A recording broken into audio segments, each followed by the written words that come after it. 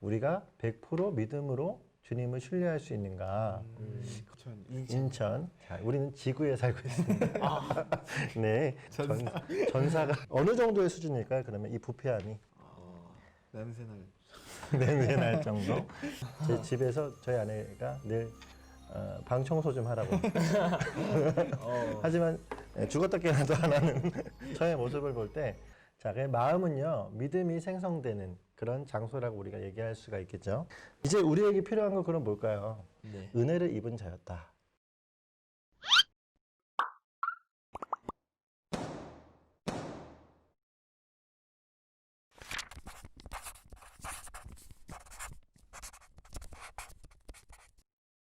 안녕하세요. 안녕하세요. 네, 이 세대가 알아야 할 복음의 김동진. 조성민. 김영욱입니다. 네, 와.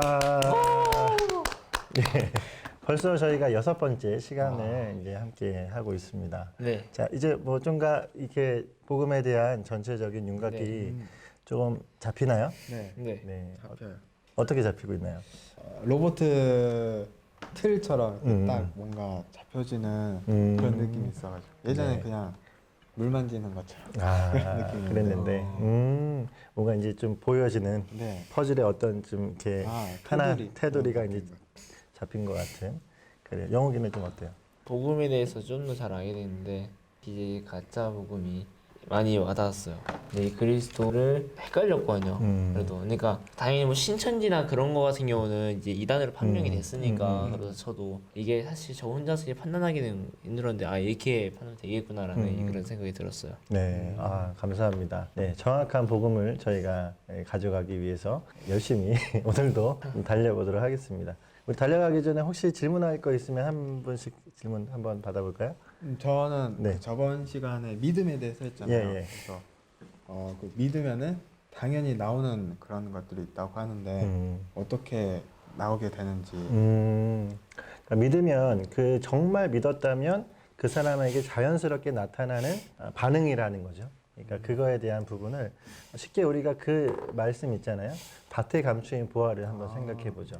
밭에 감추인 보화가 그 밭에 감춰져 밭에서 보이지 않지만 그 보화를 발견했을 때 농부가 어떤 반응을 했죠? 땅을 팠죠. 그렇죠. 땅을 어떻게 했어요? 자기의 모든 걸 다 투자해서 땅을 산단 말이죠. 네. 그걸 보고 아마 주변에 있는 사람들은 저 사람 왜 저러나, 뭐 저렇게 볼품없는 밭을 왜 사나 얘기를 했을 거예요. 근데 그 사람은 그걸 정말 알고 있기 때문에 믿었기 때문에 그걸 사는 거죠. 네. 이게 그 100% 신뢰하는 100% 믿음에 대한 어떻게 보면 좋은 예가 아닌가 그렇게 생각이 됩니다. 자, 우리 영욱이는 영적 거인들처럼 그렇게 믿음이 엄청 대단한 사람들 있잖아요. 네네. 뭐 그런 사람들은 세상인 것에 잘 안 끌리나요? 우리처럼요? 우리보다? 우리가 말하는 이게 자타칭 성인이라고 하는 사람들, 예를 들면 뭐 성자가 붙은 뭐 어거스틴이나 네, 뭐 여러 사람들이 있죠. 뭐 우리 칼빈 우리 할아버지나 네, 예, 뭐 여러 많은 우리가 그동안 성경 이후에 많은 인물들, 네. 뭐 교부들도 그렇고 이런 많은 사람들을 볼 때 그 사람들은 그럼 죄에 휘둘리지 않느냐? 그 사람들도 죄에 휘둘리겠죠. 그럼 살짝 덜한 걸까요? 저는 그렇게 생각하지 않는 게 네. 바울보다 더 뛰어난 사람이 있을까? 우선은 저는 그렇게 생각을 해요. 네. 자, 아무리 성인이라는 타이틀을 얻었다고 해도 그러면 바울을 한번 생각해 보자 생각했을 때 바울 역시도 자신을 뭐라고 하냐면 뭐라 그래요? 죄인 중에 괴수라고 얘기도 하고 나는 날마다 죽는다고도 얘기하고요. 많은 얘기들을 합니다. 그만큼 죄를 다루는 것이 쉽지 않다는 것을 말해주는 대목이라고 생각이 되죠. 그러니까 네. 우리가 저번 주까지 얘기했던 복음과 믿음과의 관계를 얘기할 때 네. 100%의 믿음이 되면 당연히 좋죠. 네. 그러면 당연히 우리가 하나님 앞에 감사해야죠. 근데 사실 오늘 우리가 해야 될 얘기가 바로 그겁니다. 우리가 100% 믿음으로 주님을 신뢰할 수 있는가, 가능한가? 오늘 우리가 다뤄보도록 하겠습니다. 네. 믿음에 대해서 지난 시간에 이어서 함께 좀 얘기해야 되는데 믿음은 어디에서 생길까요? 마음? 네. 맞아요. 마음에서 생깁니다. 자, 그 마음은요, 믿음이 생성되는 그런 장소라고 우리가 얘기할 수가 있겠죠. 네. 자, 우리가 이렇게 한번 생각해 봤으면 좋겠어요. 좋은 예를 하나 들어볼게요. 여러분 지금 어디에 살고 있습니까? 인천. 자, 우리는 지구에 살고 있습니다. 네, 너무 죄송해요. 질문을 개떡같이 이런 말 NG. 네, 질문을 대충 해서 죄송합니다. 자, 우리가 살고 있는 곳은 지구예요, 맞죠? 네. 네. 지구에서 생명들이 살아가고 있는데 생명에 살기 위해서는 어떤 조건이 필요합니까? 산소가 있어야 돼. 그리고? 물이 있어야 돼요. 물 또? 땅은 좀 땅도 있어야 되죠. 온도도 적합해야 돼요. 온도도 있어야 되죠. 맞아요. 다양한 게 필요합니다. 네. 근데 이 모든 게 다 잘 조화가 맞고 네. 정확해야 되잖아요. 맞죠? 네. 그렇지 않으면 생명이 못 살아요. 하나의 흐트림은 있어도 그렇죠. 그러니까 우리가 이게 정말 주님이 잘 디자인해 주셨다라는 반증이라는 것도 우리가 알 수 있죠.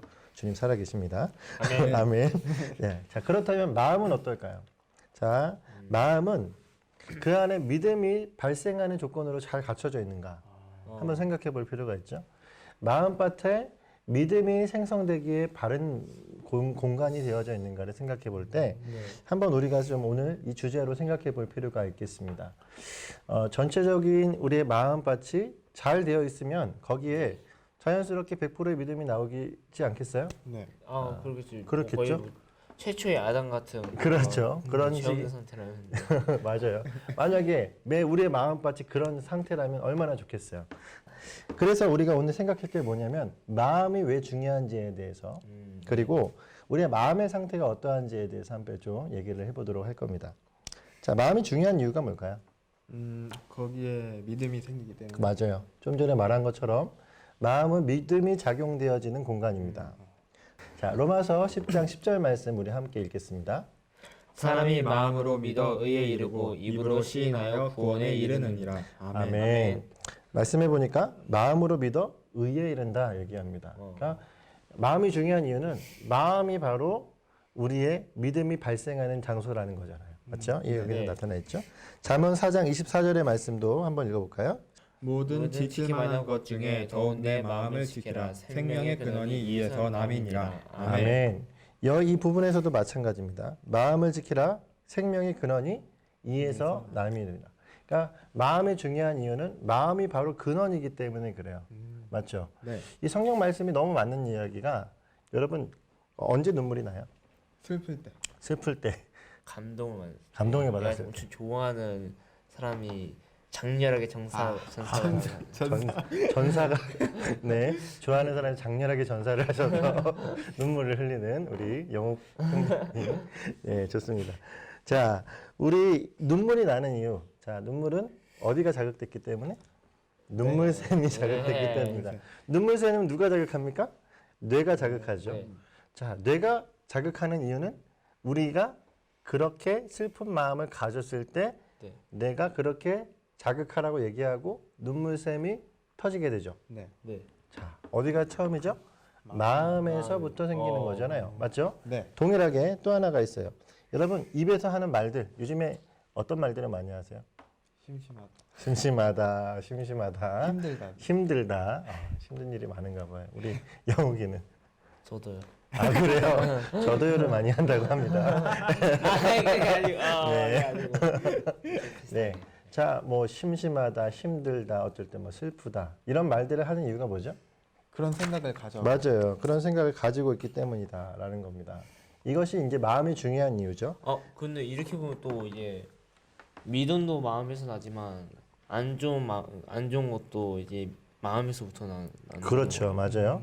마음 속에서 뭐 여러 가지 감정들, 뭐 우리 안에 보면 마음 속에서 뭔가를 시기하고 미워하는 마음들도 역시나 이 안에서 나타나는 걸 우리가 볼 수가 있다. 자, 이 얘기를 조금 이따 좀 더 깊숙이 저희가 하도록 하겠습니다. 한번 이렇게 생각해 볼게요. 미워하는 사람 있어요? 있었었죠. 있었어요? 지금은 없어요? 지금은 저를 거슬리게 하는 사람이 없어가지고. 다 처리했군요.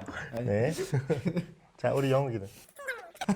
네. 네. 뭐 편집자가 알아서 하실 것 같아서 저는 뭐 더 이상 말하지 않겠습니다.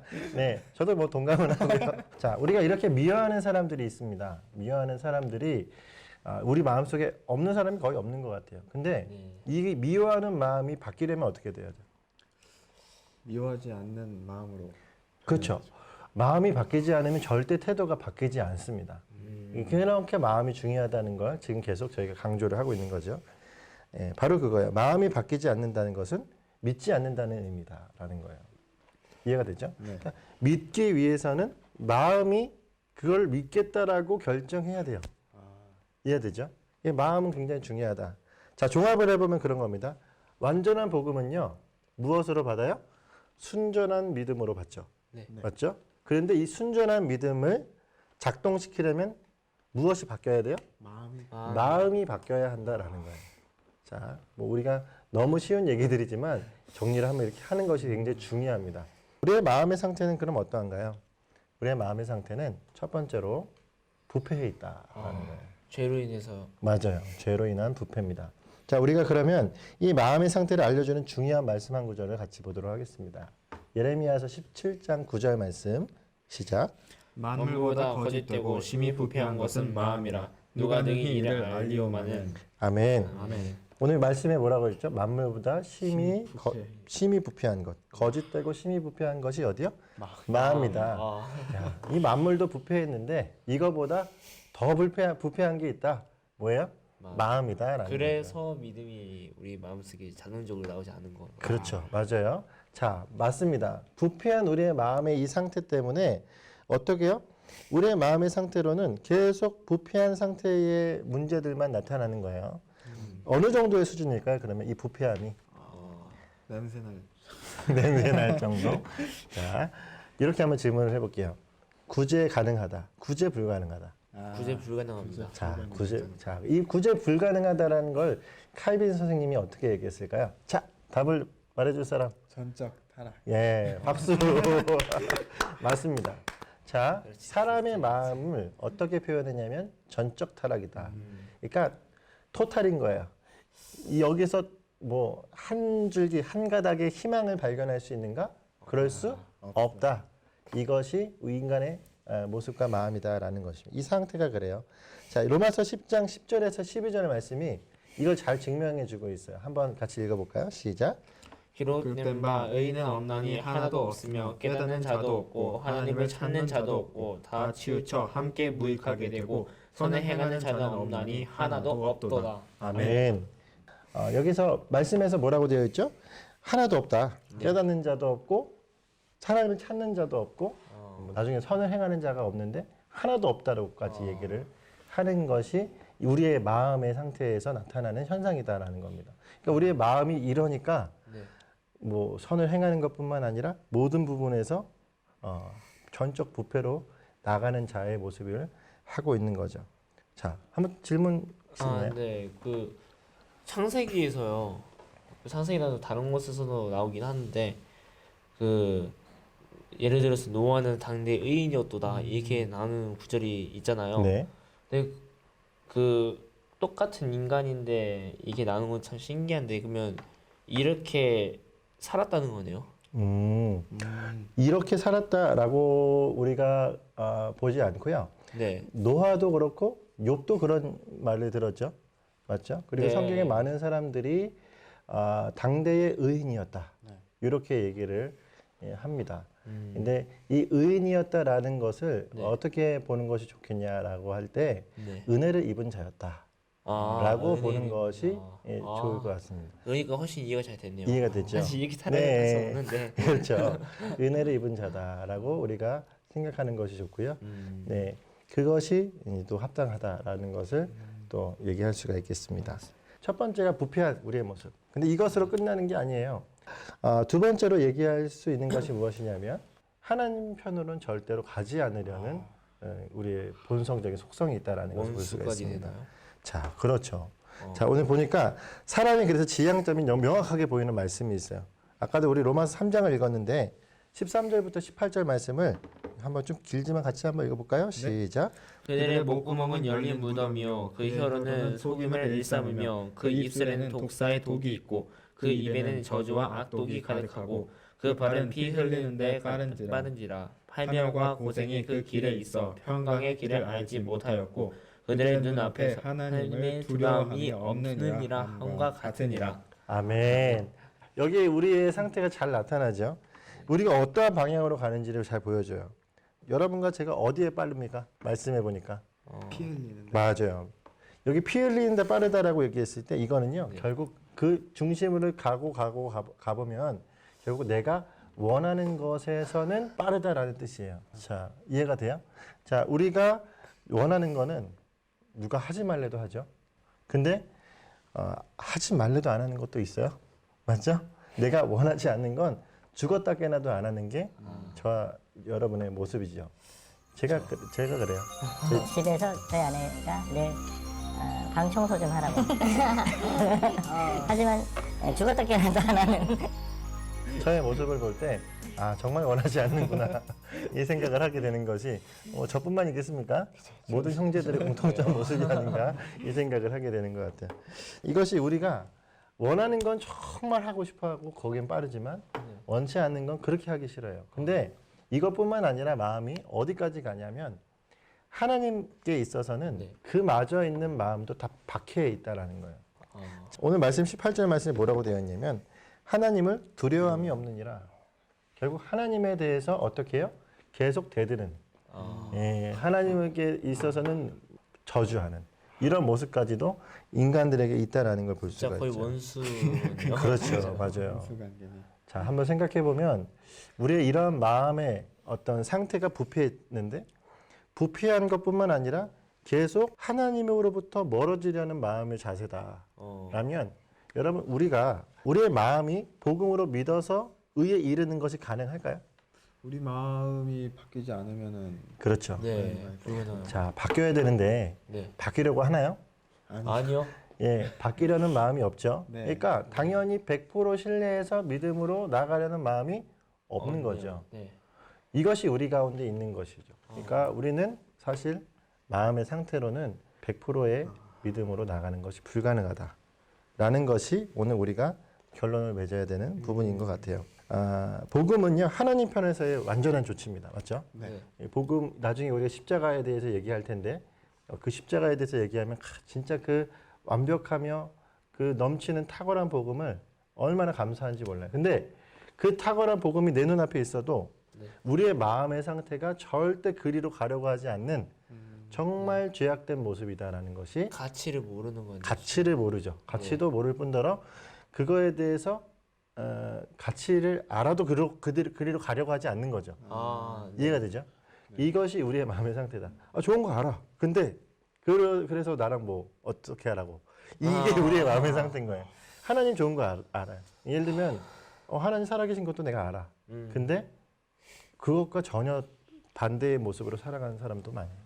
이성적으로 납득한다 하더라도 그렇죠. 그게 그렇죠. 우리의 마음을 움직이지 않으려는 우리의 본질적인 속성이 내 안에 자리 잡고 있는 겁니다. 여러분과 제가 얼마나 큰 죄악된 모습을 하고 있는 자인지를 오늘 이 마음을 보면서 좀 볼 수가 있는 것 같아요. 이제 우리에게 필요한 건 그럼 뭘까요? 바로 은혜밖에 없습니다. 네. 네, 은혜가 아니면 우리는 구원받을 수 없다라는 결론이 나오게 되는 것 같아요.